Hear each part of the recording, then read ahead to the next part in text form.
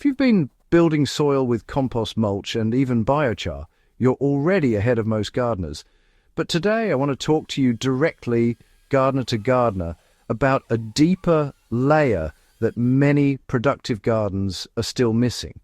Before we go any further, make sure you subscribe to the Evergreen Garden YouTube channel and, drop a comment letting me know what you're growing this season, because this topic has the power to quietly transform everything from seedling vigor to long-term soil resilience. Most gardeners stop at organic matter, but plants don't grow on carbon alone. They grow on minerals, and that's where the real limitation often lies. Compost feeds biology, biochar improves structure, but neither can replace the full spectrum of minerals plants remove from soil year after year. When those minerals are missing, growth slows, flavors flatten, pest resistance drops, and no amount of compost tea will fully fix it. Every harvest removes minerals from your soil. Tomatoes pull potassium, calcium, and magnesium. Leafy greens pull nitrogen, iron, and trace elements. Root crops pull phosphorus and boron. Rainfall leaches soluble minerals downward, especially in sandy or heavily irrigated soils. Over time, even gardens that look rich and dark become biologically active but mineral poor. This is why you can have fluffy soil that still produces weak plants.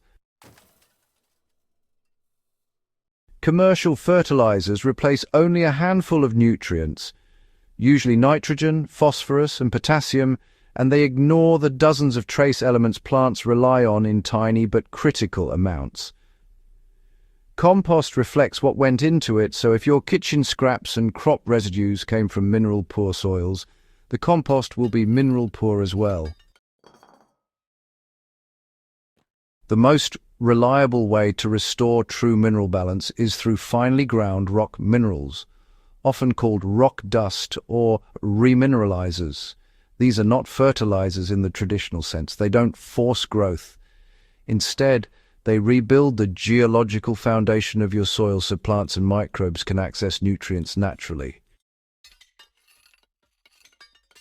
Basalt rock dust is one of the most powerful options because it contains calcium, magnesium, iron, silica, and dozens of trace elements formed under intense volcanic pressure. Granite dust adds potassium and silica.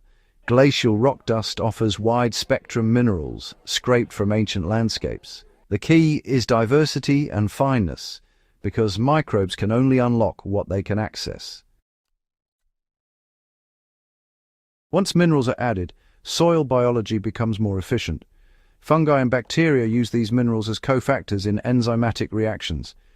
Calcium improves cell wall strength, making plants more pest and disease resistant. Magnesium increases chlorophyll production, deepening leaf color and photosynthesis. Silica strengthens stems and improves drought tolerance. Trace elements like zinc, copper, and manganese regulate growth hormones and nutrient transport. You'll notice over time stronger seedlings, thicker stems, deeper root systems, and, honestly, improved flavor in your fruits and vegetables. This isn't instant like chemical fertilizer, but it's lasting and, well, cumulative. Each season really does build on the last. Rock minerals work best when they're combined with organic matter. For garden beds, a practical starting ratio is about 2 to 4 kilograms of rock dust per 10 square meters of soil, just once per year. For new beds, you can actually go a bit heavier, up to 6 kilograms per 10 square meters, mixed thoroughly into the top 15 to 20 centimeters of soil. For established beds, simply spread the mineral powder evenly on the surface and water it in, then cover with compost or mulch. Microbial activity and rainfall will slowly pull those minerals downward. If you're already using compost, just mix rock dust directly into it at a ratio of roughly 1 kilogram of mineral dust per 50 kilograms of finished compost. This really charges the compost with minerals and helps prevent nutrient imbalance. In containers, moderation really does matter, Add about 1 tablespoon of fine rock dust per 10 litres of potting mix when you're refreshing the soil. Too much in pots can raise the pH or slow drainage, so honestly, light applications are best. Biochar shines as a habitat and nutrient sponge, but on its own it doesn't actually supply nutrition. When you charge biochar with compost, worm castings and mineral dust together, you create a long-term nutrient reservoir. A practical mix is 1 part biochar, 1 part compost, and a small handful of rock dust per bucket of blend. Let it sit moist for at least 2 weeks before applying.